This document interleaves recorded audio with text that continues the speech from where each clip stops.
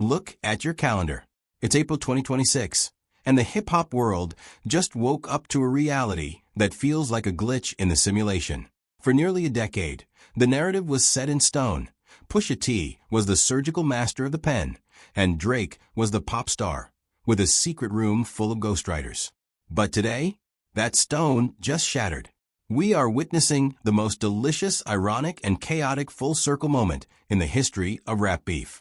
While Drake is literally turning the Scotiabank Arena into a walk-in freezer to tease his new album Iceman, his biggest rival is suddenly standing in the middle of a house fire. Alleged reference tracks have leaked. The name on those tracks? Quentin Miller. Yes, that Quentin Miller. The man who started the fire in 2015 is now potentially the man who burns down the king of Push legacy in 2026. DJ Academics is losing his mind. The charts are starving for a hero, and the Sixth God is playing a game of psychological warfare that would make Sun Tzu look like an amateur. Reports from Hot New Hip Hop and TSNV confirmed that 3 alleged reference tracks have surfaced online, and they aren't just random demos. These tracks are reportedly tied to the Daytona era, the very album that Pusha T used as a platform to dismantle Drake's credibility. Pusha T's Infrared wasn't just a song. It was a moral indictment. He looked into the camera and told the world that it was written like Nas, but it came from Quentin Miller. He positioned himself as the guardian of the pure craft. He made us believe that using a reference track was the ultimate sin for a top 5 contender. But if these leaks are what they appear to be, it means that while Pusha was pointing the finger at Toronto, he might have been sharing the same pen in the kitchen.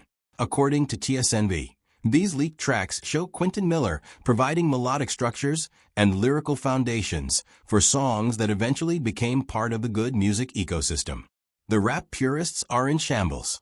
You can almost hear the keyboards clicking as fans try to justify this. The Pusha Defense Force is already out in the comments saying, "Oh, it was just for a hook," or "Quentin was just a consultant." But wait, didn't we say that Drake was a fraud for the exact same thing? This isn't just about music. It's about the death of the moral superiority era in hip-hop. If the purest guy in the game is using the same ghost as the pop guy, then the ghostwriting argument is officially dead and buried. The big AK himself, DJ Academics, has been on a 48-hour victory lap that is reaching legendary status. AK has always been labeled a Drake stan, but in this moment, he's acting more like a forensic accountant of hip-hop hypocrisy. In his latest reel, AK didn't just report the news. He performed an autopsy on the rap industry's bias. He's calling out the selective outrage that has defined the last decade. I told y'all. I told every single one of y'all. You wanted to hang Drake in the town square because he had a writing camp. You wanted to say his Grammys don't count and his streams are fake because he collaborated with Quentin. But now that your favorite drug rapper, the guy who claims to be the last of a dying breed, is caught in the same web, suddenly silence. Suddenly it's nuanced. No, it's not nuanced, it's hypocrisy. Academics is making a point that transcends the beef. He's highlighting that in 2026, the pen is a tool of convenience. Fans only care about ghostwriting when they want to take someone down.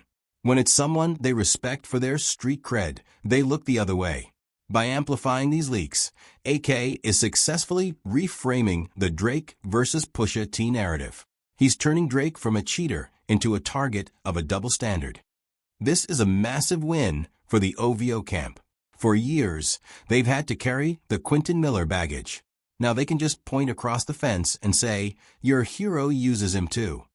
While the purists are arguing over reference tracks, Drake is busy reminding everyone why he is the final boss of marketing.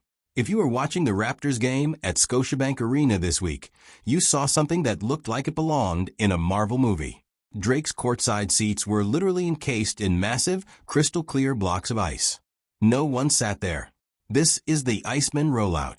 Drake has always been a master of the visual teaser, but this is next level. TSNV is reporting that Iceman is in its final stages, and the buzz is that this project is Drake's answer to the 2024 rap civil war. He's not coming back to apologize. He's coming back to put the game in a deep freeze. The Juno Awards message was just the tip of the iceberg, pun intended. He looked more focused than we've seen him in years. The boy is gone. The Iceman is here. Now, let's talk about the genius of DJ Academic's most controversial take. He's actually advising Drake not to drop the album yet. He wants him to wait. Why? Because the hip-hop industry is currently in a state of absolute starvation.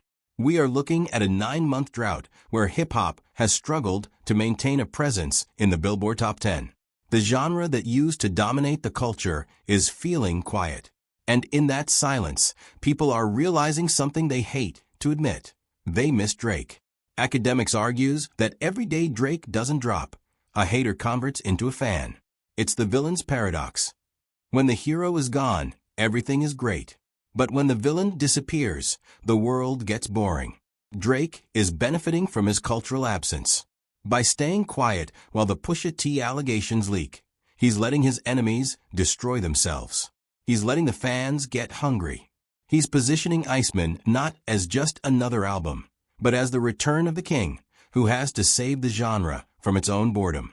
Drake is currently sitting on billions of streams without having a song in the current top 10. That is unprecedented power.